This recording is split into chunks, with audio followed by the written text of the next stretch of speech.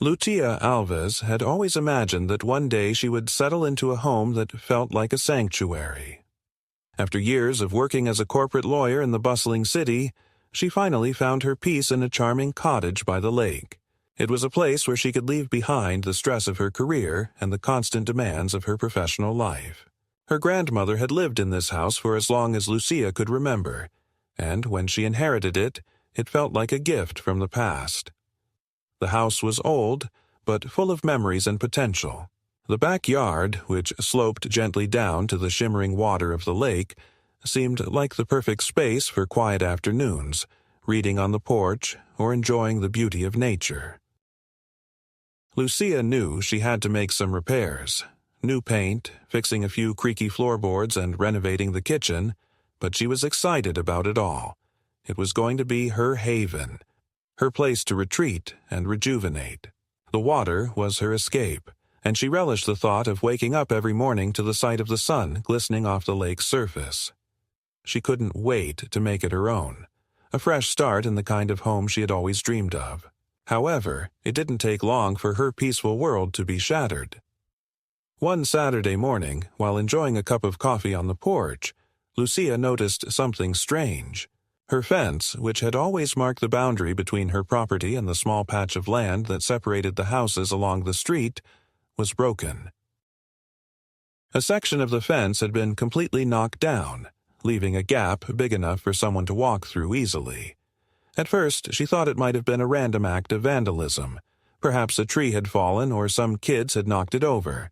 But as she got up to inspect the damage, she noticed something else. The path leading down to the lake was trampled, and there were fresh footprints in the mud, as if someone had walked across her property. Her stomach churned with unease. As a lawyer, Lucia had always been someone who valued order and boundaries, both professionally and personally. Her property was her sanctuary, and no one had the right to disturb it. Her first instinct was to simply fix the fence and move on. But as she looked closer, she noticed something odd. There were no signs of recent weather damage or accidents. The break in the fence looked intentional. It wasn't just a random mishap. It was a deliberate act. Someone had purposefully broken through her boundary. Before she could even process the implications of what she had discovered, the situation escalated even further. That afternoon, as she was cleaning up in the yard, she noticed a figure approaching from the other side of her property. A woman, mid-40s, dressed casually in a bright summer dress, was walking toward the broken fence with a smile on her face, as though she had every right to be there. Lucia stood frozen for a moment, unsure of what to do. She had never seen this woman before. As the stranger approached, Lucia put down her gardening tools and walked over to greet her, trying to keep her voice steady despite the growing unease inside her. "Excuse me," Lucia called out as she approached the woman. "Can I help you?" The woman looked up with a warm smile and extended her hand. "Oh, hello. I'm Karen, your neighbor. I live right next door." She gestured to the house just a few feet away. "I've been meaning to stop by and introduce myself. I see you've been doing some work on the house." Her voice was friendly, but there was a certain assertiveness to her tone that immediately set Lucia on edge. Karen then glanced down at the broken fence and the path leading to the lake. "I hope you don't mind, but I've been bringing my kids down to the water a few times lately. They've been itching to swim, and I thought it would be nice to let them play around here." Lucia's initial confusion quickly turned to frustration. She stared at Karen for a moment, processing what she was hearing. "I'm sorry, but that's my private property. The lake is part of my land," Lucia said, trying to keep her voice calm. "I don't appreciate anyone trespassing or using it without my permission." Karen's smile faltered slightly, but she quickly recovered, stepping closer as though to reassure Lucia. "I understand, but the whole area around the lake is supposed to be accessible to all of us. My husband always said the lake is a shared space for the neighborhood. It's just easier for me to let the kids play right here since the water is so close." Lucia felt a knot form in her stomach. The last thing she wanted was to start a conflict with a neighbor, especially one who lived so close. but she couldn't allow someone to walk over her property without any regard for boundaries. "I'm afraid I'll have to ask you not to bring anyone here. This property belongs to me, and I'd like to keep it private. Please respect that," Lucia said firmly, her patience beginning to wear thin. Karen's expression shifted slightly, her friendly demeanor turning more calculating. "Well, I wouldn't want to cause any trouble," she said, but there was an underlying tone of challenge in her voice. "I just thought we were all neighbors here, sharing the space. It's hard to understand why you'd want to keep everyone away, especially when the water is right there." Lucia could feel her frustration bubbling up, but she forced herself to take a deep breath and maintain control of the situation. "I understand, but my decision is final. I'd appreciate it if you'd respect my wishes." Karen's eyes narrowed just a fraction, and with a tight smile she nodded. Of course. I'll let you enjoy your space. I just thought I'd ask, you know. Good neighbors help each other out." As Karen turned to leave, Lucia felt a sense of unease settle over her. It wasn't just the broken fence, it was the way Karen had acted, the sense of entitlement that she had shown. Lucia had always believed in clear boundaries and respecting other people's property, and now she felt a deep concern that her new life in this house might be about to turn into something much more complicated than she had anticipated. She watched Karen walk back down the path and disappear into her house, but something told Lucia that this was far from over. In fact, it was just the beginning. The days that followed that initial encounter with Karen passed by slowly, each one filled with an unsettling sense of anticipation, as though the storm clouds were gathering, though not yet fully visible on the horizon. Lucia tried to push the incident to the back of her mind, focusing on the house and the small renovations she had planned. She had a lot to do, repainting the walls, fixing up the garden, and turning the lakefront property into her dream home. The last thing she wanted was to get caught up in a petty dispute with a neighbor she hardly knew. Still, the uneasy feeling remained, creeping in when she was alone with her thoughts, and especially when she stood at the edge of her yard, looking down at the broken fence and the path leading to the lake. For the next few days, Lucia kept to herself, trying to move forward with her work. But it wasn't long before Karen's presence in her life grew more intrusive. At first, it was subtle. A few casual waves across the street, a mention of the kids whenever they crossed paths. But soon it became more deliberate. One evening, Lucia was in the garden when she noticed Karen walking along the perimeter of her property.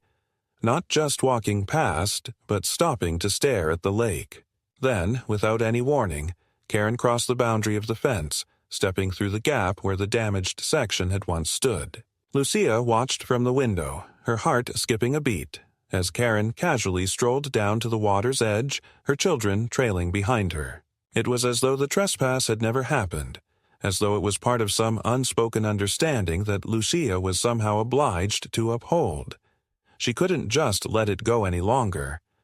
The next morning, Lucia decided to confront Karen again.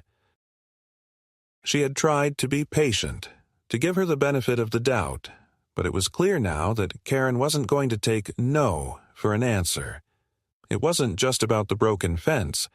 It was about control, about what was rightfully hers. And Lucia wasn't about to let that be taken away from her, piece by piece, without any say in the matter.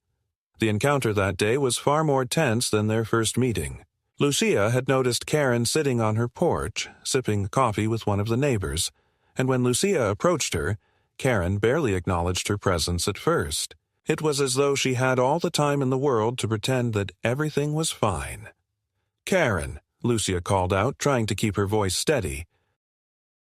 Karen looked up at her with a smile that didn't quite reach her eyes, as if she had been expecting this confrontation. "Morning, Lucia," Karen said breezily. "Beautiful day, isn't it?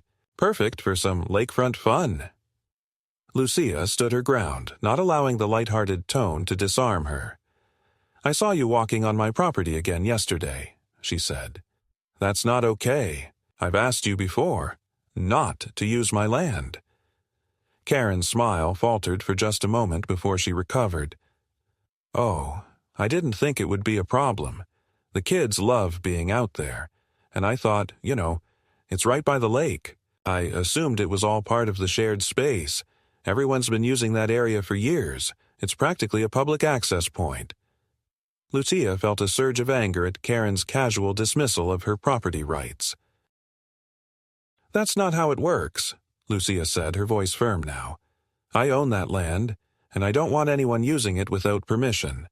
I've made that clear, and yet you continue to ignore it. I'm asking you once again, please stay off my property." Karen crossed her arms and leaned back, her posture casual but her expression hardening. Lucia, it's really disappointing that you don't want to be more accommodating. You've just moved in, and already you're making everything difficult. The neighborhood has always shared access to the lake, and now you want to change that because you don't want to be bothered?" Lucia's patience was wearing thin, but she kept her voice even. "This is my home, Karen. I'm not asking for anything unreasonable. I simply want my property respected." She paused, letting her words sink in. "I'm not going to back down on this. If you continue to ignore my requests, I'll have to take legal action." Karen's face twisted into a scowl, and Lucia could see the shift in her demeanor. "Oh, so now you're threatening me?" she said, her voice dripping with sarcasm. "You think you're just going to scare me off with your lawyer talk? You've only been here a few months, and already you're making enemies. I think you'll find that's not how things work around here. People like you don't get to come in and start making demands." Lucia's heart raced, but she stood her ground. "I don't want to make enemies. But I will protect my property, no matter what it takes." Karen gave her a cold, calculating smile before turning away. "We'll see about that, won't we?" Later that day, as Lucia was sitting in her living room trying to shake off the encounter, she heard a loud knock on the door. She opened it to find a man standing there in a suit, holding a thick envelope. Itu, he introduced himself as a representative from the local homeowners association, a name that made Lucia's blood run cold. She had heard about the HOA before, but she hadn't expected them to get involved so quickly. "I'm here to inform you that we've received a complaint regarding your property," the man said. "It seems there have been concerns raised about your boundary lines and the use of the lakefront area. The association has reviewed the matter, and it appears that the area in question is considered shared space, accessible to all members of the community." Lucia was taken aback. "What? Shared space? That's my property." The man handed her the papers. "According to our records, the lakefront area is open for public use, and any fencing or barriers obstructing access is against the association's regulations. You're required to remove the fence immediately." Lucia's mind raced as she took the papers from him, her fingers trembling slightly. She couldn't believe what she was hearing. The HOA had no right to dictate what she could or couldn't do with her land. She had the deed, the legal documents that proved she was the rightful owner of that property. But the more she looked at the papers in her hand, the more she realized the situation was much more complicated than she had anticipated. She had been blindsided. As the man left, Lucia stood frozen in the doorway, staring at the papers. She knew she couldn't let this slide. This was more than just a simple neighborly dispute. It was a power play, a carefully orchestrated attempt to strip her of her rights. And it was only the beginning. Over the next few days, Lucia did some research, contacting her lawyer and reviewing the deed to her property. What she uncovered shocked her. It turned out that Karen had been involved in multiple disputes with previous neighbors over similar issues, using her influence in the HOA to manipulate situations to her advantage. Lucia realized that Karen was far more dangerous than she had originally thought. The HOA's involvement wasn't just a coincidence. It was a carefully planned move, one that would give Karen and others like her the power they needed to control the entire area. Lucia had always prided herself on her ability to solve problems with logic and reason, but this situation was different. She wasn't just fighting for her home anymore. She was fighting for her autonomy, her right to live without fear of manipulation. And as she prepared for the battle ahead, She knew that this wasn't going to be easy, but she was ready to fight, no matter what it took. The following days felt like a blur to Lucia, each moment defined by mounting tension and a growing sense of urgency. Her discovery of the HOA's involvement, paired with the increasingly confrontational behavior of her neighbor, Karen, left her grappling with the enormity of the situation. It wasn't just about a broken fence anymore. It was about the control of her property, her personal space, and the power that others were trying to seize from her. Every step she took to defend herself seemed to push her further into a battle she hadn't prepared for, one that seemed to spiral out of control with every passing hour. It wasn't simply the words of the HOA's representative or Karen's passive-aggressive comments that unsettled her, but the realization that this wasn't an isolated incident. Karen's claims of the lakefront being a shared space were backed by a local institution, one that seemed to have more power than she had anticipated, and one that had a long-standing influence over her neighborhood. Lucia's first instinct was to try and resolve the matter quietly, to seek a legal compromise or perhaps a mediated solution that would allow her to keep her property while appeasing the neighborhood's desires. However, as the days passed and the pressure mounted, she realized that this wouldn't be possible. What had started as a personal dispute between neighbors was quickly escalating into something far more complex. She had never been one to shy away from confrontation, but this situation felt like it was being constructed against her from every angle. Karen wasn't just a difficult neighbor. She was an orchestrator of conflict, someone with a deep understanding of how to manipulate the system.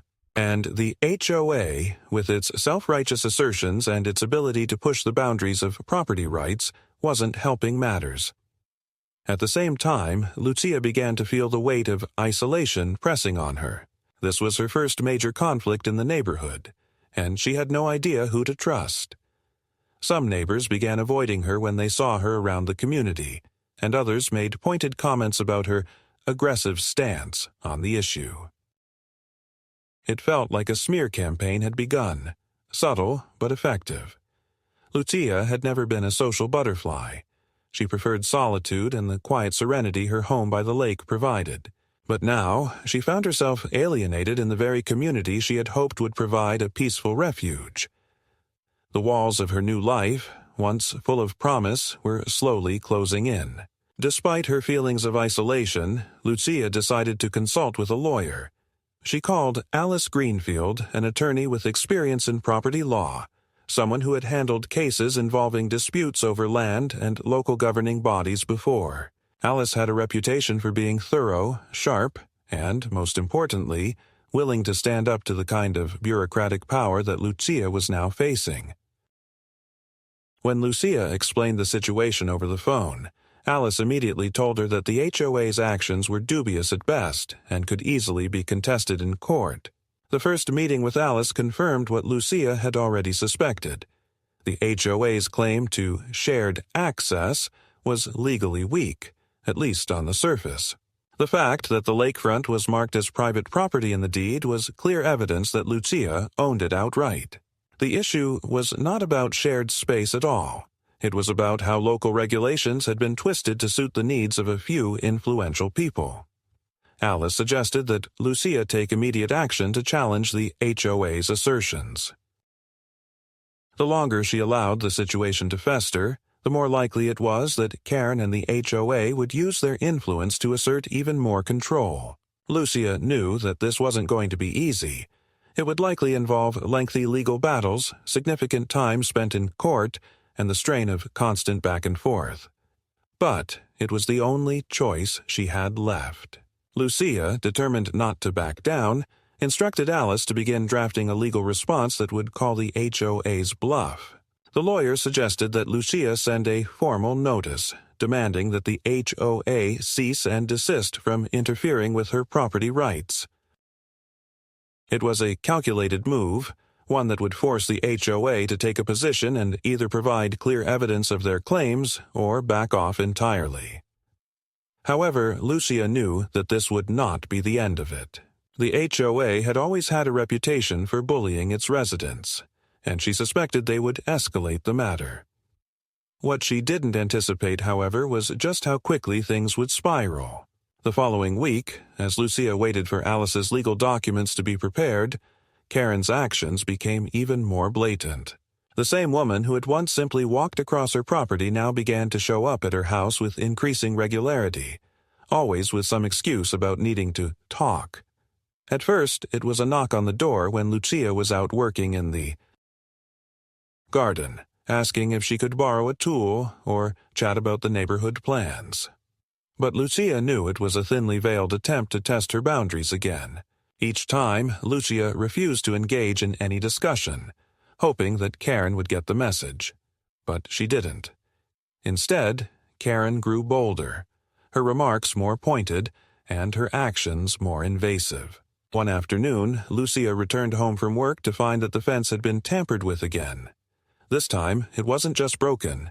It was completely torn down, as though someone had deliberately taken a crowbar or some other tool to it. The sight of the open gap in the fence left Lucia feeling exposed and vulnerable, as though her entire sense of security had been violated. She knew this was no accident. This was deliberate, and it was Karen's way of sending a clear message. Her property was no longer her own. She wasn't just fighting against Karen anymore. She was fighting an entire system that seemed determined to take away everything she had worked for. Lucia's blood boiled as she stood in front of the broken fence, her mind racing with thoughts of what to do next. This wasn't just a legal issue anymore. It was a battle for her home, her sanctuary, her place in the world. She immediately called Alice, who advised her to document everything. "You need to have a clear record of all these incidents," Alice said. "Take pictures, keep a journal, and make sure you have everything on file before we escalate this further." Lucia hung up the phone and began to photograph the damage, her hands shaking slightly as she clicked the camera. She knew what she had to do next. She would not let Karen get away with this. As the days passed, Lucia's resolve hardened. She wasn't going to let her home be taken from her. She wasn't going to let a bully and a corrupt system tear her down. The stakes were too high, and this wasn't just about a fence anymore. It was about standing up for her rights and for the future of her property. It was about proving to Karen and the HOA that she would fight for what was hers, no matter the cost. That evening, as Lucia sat alone in her living room, staring at the legal documents Alice had prepared for her, she realized something important. This fight was not just for her.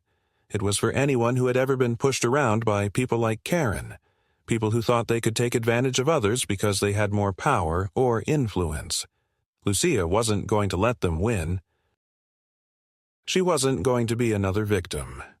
And so, with a steady hand and a clear mind, Lucia signed the documents, sending them off to the HOA. She knew that this battle was far from over, but now, for the first time since she had moved in, she felt as though she was finally on the path to reclaiming her peace and her home. As the weeks passed, the tension in Lucia's life seemed to increase with each passing day. The legal battle had begun, but with it came new complications, new frustrations, and a constant feeling that the walls were closing in. Her lawyer, Alice Greenfield, had warned her from the start that this wouldn't be an easy fight. The HOA had deep pockets, political connections, and a long history of exerting pressure on residents to get what they wanted. But Lucia's resolve had hardened. She wasn't going to give in, not without a fight, and certainly not after everything she had worked for. However, the deeper she got into this battle, the more she realized just how far-reaching the power of the HOA truly was, and just how many people had been manipulated by their tactics. Lucia had filed her initial claim to challenge the HOA's assertion that her property, specifically the lakefront, was shared space. She had gathered all the necessary documentation, her property deed, a recent survey that clearly marked the boundaries of her land, and even the correspondence she had received from the HOA, which contained more than a few inconsistencies. At first, she had hoped that this legal action would be enough to stop the escalating pressure from Karen and the association. But the response from the HOA was swift, and it was far from what she expected. Instead of backing off or offering a reasonable settlement, the HOA launched a full-scale counterattack. A week after Lucia's formal challenge, she received another letter from the HOA's legal team. This one, however, wasn't just a simple notice. It was a long-winded legal document full of complex language, filled with references to community regulations, zoning laws, and various bylaws that Lucia didn't fully understand. In essence, the letter was a threat, one that seemed designed to overwhelm her. The HOA, through their lawyers, had already filed a motion to dismiss her claim, arguing that the lakefront was indeed public space based on a convoluted interpretation of neighborhood agreements that had been put into place long before Lucia even bought the house. They even referred to older documents that seemed to imply that the community had shared rights to the water, rights that were, apparently, built into the development's early covenants. At first, Lucia was stunned. She had been under the impression that the HOA was a mostly administrative entity, something that merely enforced rules about lawn care and property upkeep. But now, it seemed as though they had far more control than she had ever anticipated. The letter claimed that the HOA had historical jurisdiction over the lakefront, and that the neighborhood had always maintained an open access policy to the water. But what struck Lucia as most absurd was the fact that she had been the one to inherit the property, and the very documents she had been given, including her deed, made it clear that the lakefront was part of her land, her private property. How could they simply ignore that? She immediately called Alice, hoping for some reassurance, but Alice's tone was somber when she picked up the phone. "Lucia, I've gone through their filing," Alice said, sounding tired. "It's not just an ordinary challenge, it's a full-on attack. They're not just fighting for the lakefront anymore, they're fighting to redefine the entire property and to force you into a corner." Lucia felt the weight of the words sink in. This wasn't a simple matter of fixing a fence or negotiating with an overbearing neighbor anymore. It was a fight for her very ownership of the land itself. And as Alice continued to explain, it became clear that the HOA was trying to rewrite history, using old documents and selective interpretations to justify their actions. They were attempting to make Lucia's property rights seem invalid, to establish a legal precedent that could undermine not only her claim, but the claims of other homeowners as well. The more Alice spoke, the more the situation seemed to spiral out of control. "Lucia, I'm going to need you to be prepared for this to get worse," Alice added. "This isn't just about property lines. This is about power. The HOA is pulling out all the stops, and they have influence in places you haven't even thought of. They may push this to court, but I suspect they'll try other tactics first. Intimidation, manipulation, and maybe even worse." Lucia sat back in her chair, feeling like she was suffocating. What had started as an innocuous issue with a broken fence had transformed into a full-fledged war over the future of her home. And, as Alice had said, it was about power, about who controlled the land, who could take what they wanted, and who had the right to defend it. The more she thought about it, the more the reality of the situation set in. She wasn't just fighting for herself, she was fighting for anyone who had ever been bullied by the HOA, for anyone whose property rights had been undermined by the system. Over the next few days, Lucia threw herself into gathering more information. She spent hours combing through public records, zoning laws, and historical documents related to her property. But the more she searched, the more she realized how tangled and convoluted everything had become. The HOA had deep ties to local politicians, developers, and even lawyers who had worked with them for years. It wasn't just a community association. It was a network of influence that stretched far beyond her immediate neighborhood. It was clear now that Karen wasn't just a meddlesome neighbor. She was a part of something bigger, something that had been in motion long before Lucia even arrived. The realization made her stomach churn, and for the first time she began to understand the full extent of the challenge she was up against. But even as she felt the weight of the opposition bearing down on her, Lucia knew she couldn't afford to back down. She had to keep fighting, not just for her property, but for the sense of justice that had always guided her. She knew she wasn't alone in this struggle. Alice had begun to reach out to other residents in the neighborhood, trying to uncover whether anyone else had been subjected to similar intimidation or overreach by the HOA. Slowly, Lucia began to hear from other homeowners, many of whom had been too afraid to speak out before. Some of them had been threatened with fines, others had been pressured to sell their homes under duress, and all of them had felt the crushing weight of the HOA's power in their lives. As the support grew, so did Lucia's sense of purpose.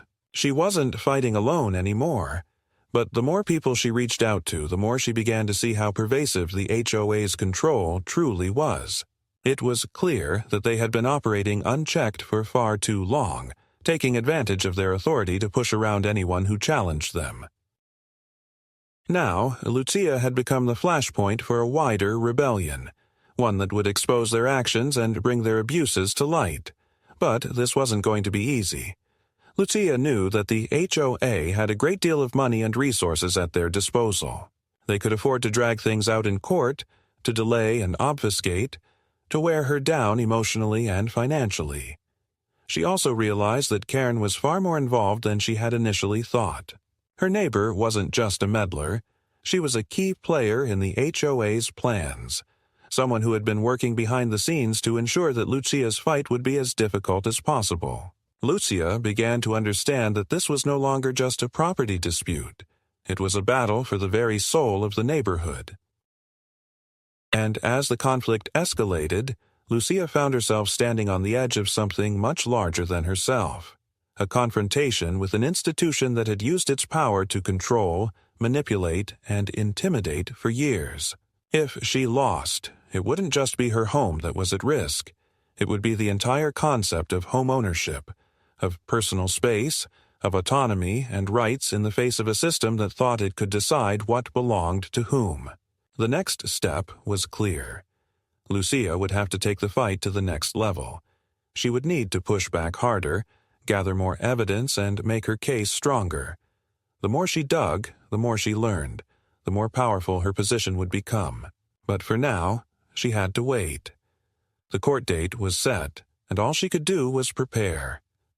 The battle was about to get much harder, and she knew that this was only the beginning. But she wasn't going to let the HOA, or Karen, win. Not without a fight. The legal battle between Lucia and the Homeowners Association had escalated quickly, and it was becoming clear that there would be no quick resolution. What had begun as a seemingly simple property dispute was now turning into a war, one that felt like it was being fought on all fronts.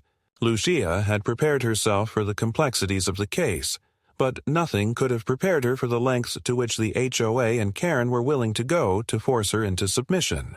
Every move she made seemed to trigger another aggressive response, and each day brought new tactics, new threats, and new challenges. As the case progressed toward a scheduled court date, Lucia noticed a disturbing trend. The pressure wasn't just coming from the legal side of things. Karen, who had previously been passive-aggressive, had become openly hostile.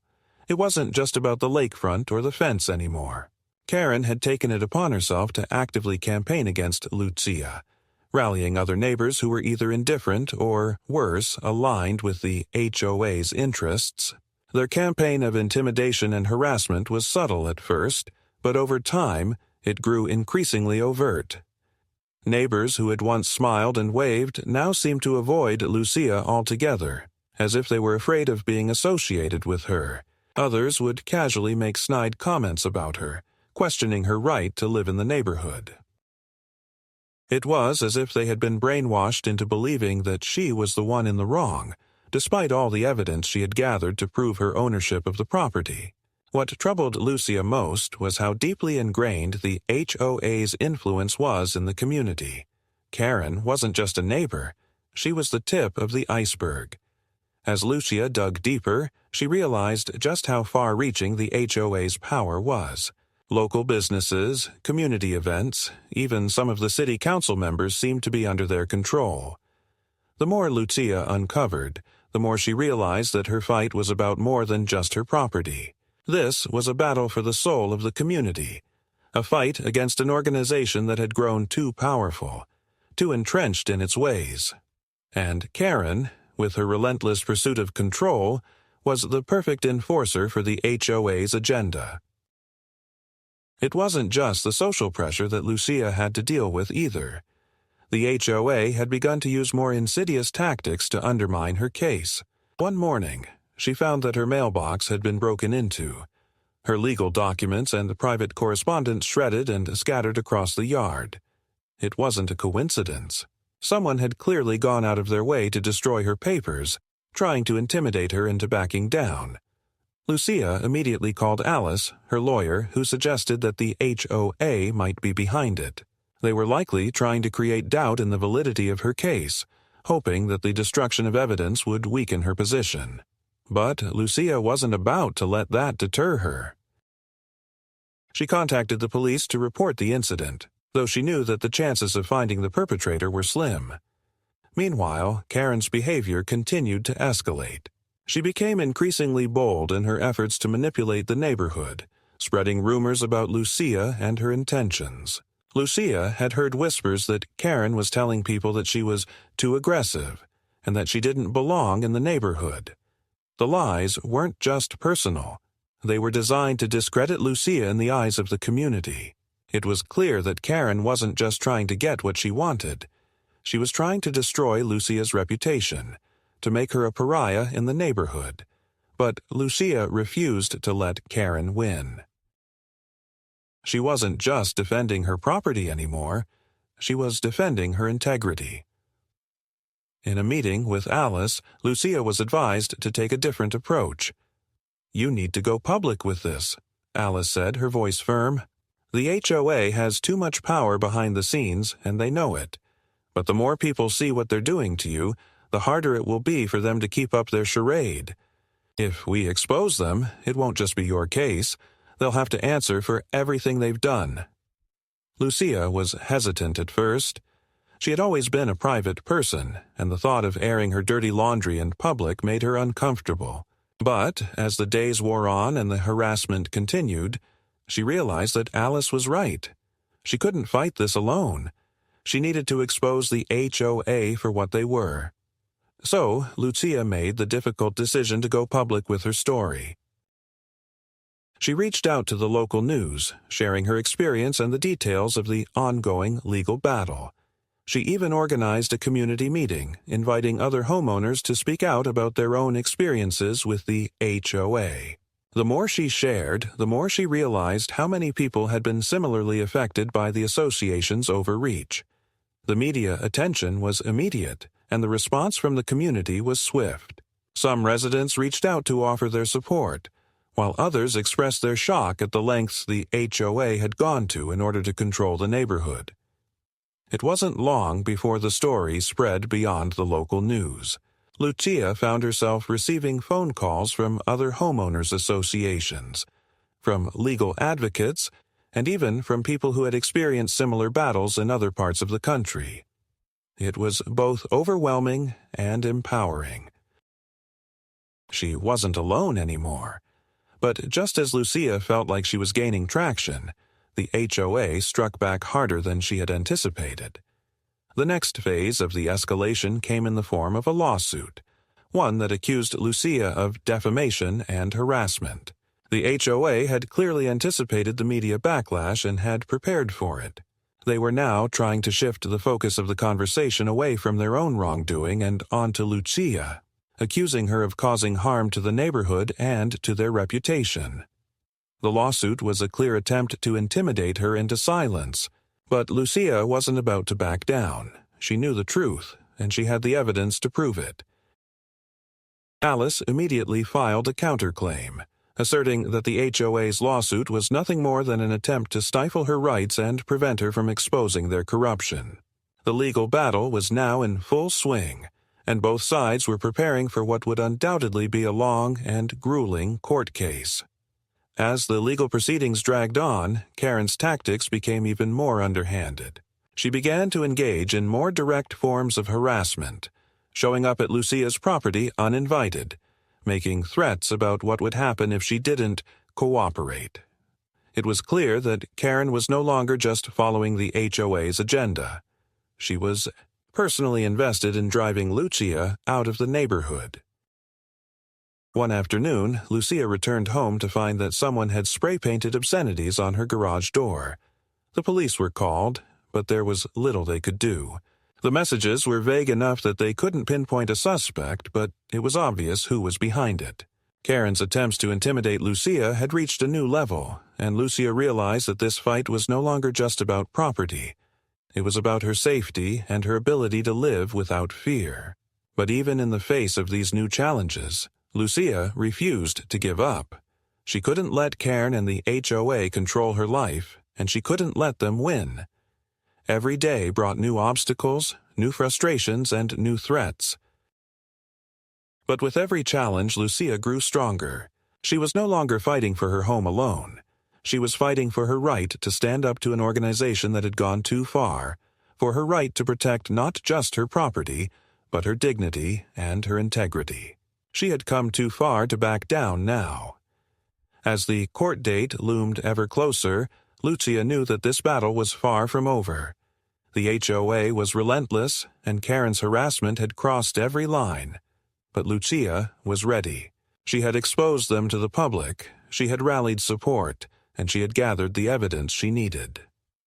The next chapter of the fight was about to begin, and Lucia was prepared to go all the way. The stakes were higher than ever, but Lucia knew that this wasn't just her fight. It was the fight for everyone who had ever been bullied by a powerful institution, for everyone who had ever been told they didn't have a right to stand up for themselves. She wouldn't back down. Not now. Not ever. The courtroom was filled with a palpable tension as Lucia took her seat at the front, her hands clenched tightly in her lap. The case against the Homeowners Association had come to a head, and after months of legal battles, public exposure, and personal attacks, this was the moment that would decide the outcome. Lucia had spent countless hours poring over documents, meeting with her lawyer, Alice, and gathering the evidence that could prove her ownership of the lakefront property.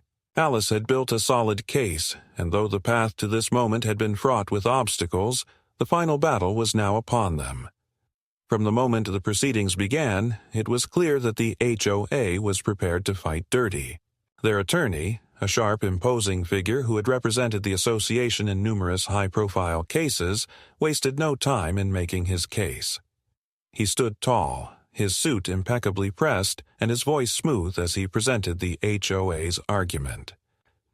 He argued that Lucia's property deed, while legitimate, had no legal standing over the lakefront because of the historical usage agreements that had been in place for decades. He claimed that the community had long considered the lakefront a shared space, and that Lucia's attempts to privatize it had disrupted the status quo. The HOA had carefully cultivated a narrative that painted Lucia as the villain in this dispute, someone who had come in and upset the harmony of the neighborhood. Lucia listened intently. Her eyes narrowed as the HOA's lawyer spun his argument. The more he spoke, the more she realized just how far the association was willing to go to protect its interests. They weren't simply trying to reclaim the lakefront. They were trying to control the narrative, to silence any dissent, and to ensure that their unchecked power would remain intact. Their strategy was clear. They wanted to intimidate Lucia into submission and make an example of her. But Lucia wasn't about to let them get away with it. When it was her turn to speak, Lucia rose from her seat with a calm but determined posture. She had been preparing for this moment for weeks, and despite the pressure, she felt a steady resolve within her. As she began speaking, her voice was steady and clear, cutting through the courtroom's silence. She started by recounting the history of the property, detailing how it had been passed down to her by her grandmother, and how the lakefront had always been a part of the land she had inherited. She presented the original deed and survey documents, each one proving that the lakefront was undeniably hers, not a public or shared space as the HOA had claimed. Lucia had gathered all the necessary records, and now it was time to show them the truth. I understand that the HOA wants to maintain the appearance of harmony in this neighborhood, Lucia said, her eyes meeting those of the judge. But harmony cannot be built on lies and manipulation. My property, the land I inherited, has always been mine, and I have the legal right to protect it. What the HOA is doing is not about protecting the community. It's about asserting power over individuals, controlling them through fear, and using their influence to push people into submission. They are not protecting the neighborhood. They are using it as a tool for their own gain. Her words hung in the air, and for a moment there was a silence that felt heavier than anything Lucia had experienced before. She could see the judge listening intently, his brow furrowed as he considered her argument. She had made her case, but there was still so much more to prove. She continued, detailing the pattern of behavior that the HOA had exhibited over the years, how they had used their power to intimidate homeowners, fine them for trivial infractions, and manipulate them into submission. She spoke about the neighbors who had been too afraid to speak out, the ones who had been silenced by the HOA's threats and legal pressure.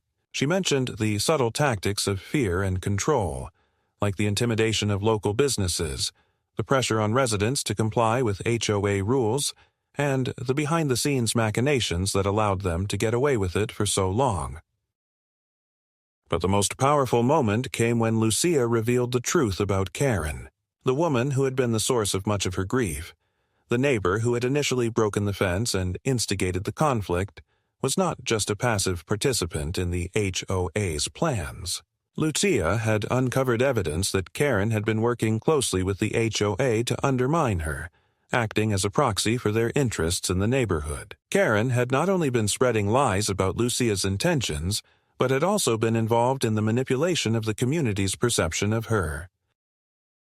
She had made it her personal mission to drive Lucia out, and the evidence showed that she was willing to go to extreme lengths to achieve that goal. The HOA and Karen have tried to paint me as the villain, Lucia said, her voice steady but passionate. But the truth is, they are the ones who have been playing a game of manipulation and deceit. They want to control this community, not protect it. And they will stop at nothing to ensure that their power remains unchallenged. As Lucia finished speaking, she could feel the weight of her words settle in the room. The judge, who had been quiet throughout her testimony, nodded slowly. There was no immediate response, but Lucia could sense that something had shifted.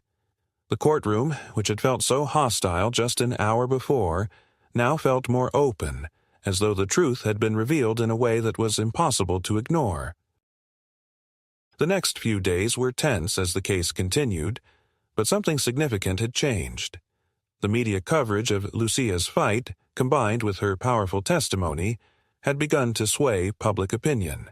Neighbors who had once been afraid to speak out against the HOA now found the courage to come forward. They shared their stories of intimidation, of being coerced into silence, of being forced to comply with rules that were neither fair nor transparent. The tide was turning, and the HOA, once so confident in their ability to control the narrative, was beginning to show signs of vulnerability. In the final days leading up to the judge's decision, the HOA made one last desperate attempt to discredit Lucia. They tried to bring in more witnesses, to present more evidence that the lakefront had always been public property, that the entire neighborhood had used it for generations. But Lucia had anticipated this. She had gathered her own witnesses, residents who had lived in the neighborhood long enough to remember when the lakefront had been private property, people who could testify to the fact that the HOA's claims were not just exaggerated, but fabricated. She had every piece of evidence in place, and she knew that the truth would prevail. When the judge finally issued his ruling, it was a victory, not just for Lucia, but for anyone who had ever felt the weight of an oppressive system. The judge ruled in Lucia's favor, declaring that the lakefront property was indeed private, that the HOA had no legal claim to it, and that their attempts to undermine her rights were invalid. The judge also ordered that the HOA cease any further attempts to claim ownership of the land, and that they pay damages to Lucia for the distress and harassment they had caused. It was a hard-fought battle, but in the end, the truth had won out. As Lucia left the courtroom, her heart was heavy with relief. She had won, not just for herself, but for everyone who had been pushed around by the HOA, for everyone who had ever been made to feel small in the face of power. The victory was not just about property. It was about standing up for what was right, about challenging those who used their influence to control others, and about proving that justice, in the end, could prevail. But as she walked out into the sunlight, Lucia knew that this wasn't the end. The battle might have been won, but the war was far from over. The HOA would never truly disappear. But now, Lucia had the courage to face whatever came next, knowing that she had not only defended her property but also her dignity, her rights, and her sense of justice. She had fought back against an institution that had tried to take everything from her, and in doing so, she had come out stronger than ever. The months that followed the court ruling brought a silence to the neighborhood that Lucia had never known before. Not the uneasy, watchful kind that had clouded the streets during her legal battle, but a genuine stillness, as if the very air had exhaled. The judgment in her favor had done more than just affirm her ownership of the lakefront. It had shattered the illusion of invincibility the homeowners association had built around itself. For the first time, the residents began to question the rules they had accepted for so long without resistance, and many of them quietly began seeking their own legal counsel to re-examine the fines, pressures, and decisions they had been subjected to. The veil had lifted. Lucia, without intending to, had become the catalyst for a slow but undeniable awakening within the community. Karen, once the mouthpiece of that oppressive structure, had lost her standing almost overnight. Her aggressive behavior, the harassment, the property damage, all of it had been laid bare, and though no criminal charges had been filed, her reputation was in tatters. Neighbors no longer gathered on her porch or waved when she passed. Whispers followed her instead, and where she had once wielded fear as a tool, now she met only quiet contempt. She still lived next door, but she had become invisible in all the ways that mattered. Lucia saw her only occasionally, always from a distance, always avoiding eye contact. The woman who had once stormed through her yard with false entitlement now couldn't bear to meet her gaze. Lucia didn't gloat. The victory had cost her too much to waste time celebrating someone else's fall. There were nights when she still jolted awake from dreams of courtroom speeches and shouted accusations, and mornings when she hesitated before stepping outside, as if expecting another fight to begin. But with time, those edges softened. The rebuilt fence stood strong, a quiet marker of her boundary and her resilience. She installed new cameras, not out of fear, but out of principle. She wasn't going to live in fear again, but she had learned not to underestimate those willing to take what they had no right to. The lake, once the silent witness to her conflict, had returned to being her place of solace. She often sat by the shore in the